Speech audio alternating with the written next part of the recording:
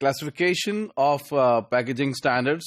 جو packaging standards ہیں مختلف جو کہ فالو کیے جا سکتے ہیں انٹرنیشنل ٹریڈ میں، جس کو سمجھنا ایکسپورٹرز کے لیے ضروری ہے، سو دیٹ جو ریکوائرمنٹس ہیں انٹرنیشنلی وہ اس کو میٹ کرے.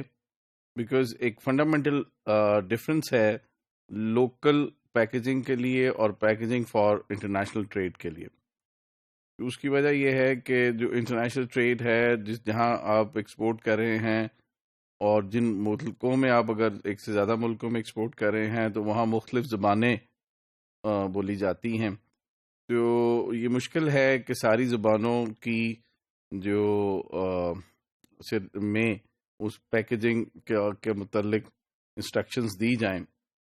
تو کچھ انٹرنیشنل سٹینڈرڈز ہیں جو فالو کیے جاتے ہیں، تو اس کو اگر سمجھ لے ایکسپورٹر تو آسانی ہو جائے گی، اور پروڈکٹس جو ہیں وہ اپنی اصل حالت میں پہنچ سکیں گی بغیر بریکیج کے اور بغیر نقصان کے امپورٹر تک، اور پھر آگے امپورٹر سے الٹیمیٹ کسٹمرز تک. تو جو سٹینڈرڈز ہیں ان میں ڈائمینشنل سٹینڈرڈز ہیں. ڈائمینشنل سٹینڈرڈز بیسیکلی انشور کرتے ہیں interchangeability of the packing material and accessories, اور یہ اسپیسیفکلی بتاتے ہیں regarding the thickness of the carton. For example اس کا سائز لینتھ میں کتنا ہے، وڈتھ میں کتنا ہے، چوڑائی کتنی ہے، اس کو بتاتے ہیں، اور وہ اس کے اوپر مینشن کیے جا سکتے ہیں کارٹنز کے اوپر. اس کے علاوہ جو standard concerning quality and where resistance ہیں، یہ بات کرتے ہیں اور انشور کرتے ہیں کہ جو پروڈکٹ کی کوالٹی کے بارے میں کہا گیا ہے اور جس چیز کے بارے میں وہ پروڈکٹ بنائی گئی ہے، the product in fact ensures that quality or that usage for which the product was originally made. Then there are standard test methods.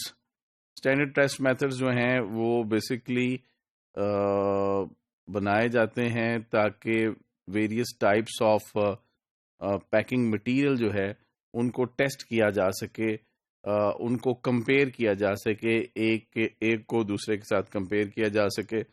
یہ ان کی مضبوطی کے حوالے سے ہو سکتا ہے، ان کی پریشر ریزسٹنس کے حوالے سے ہو سکتا ہے.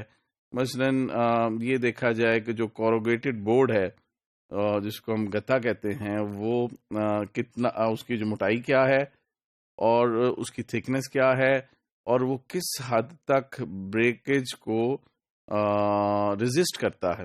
تو بیکاز اگر شپ کے ذریعے مال جانا ہے تو there is a long distance which it has to cover.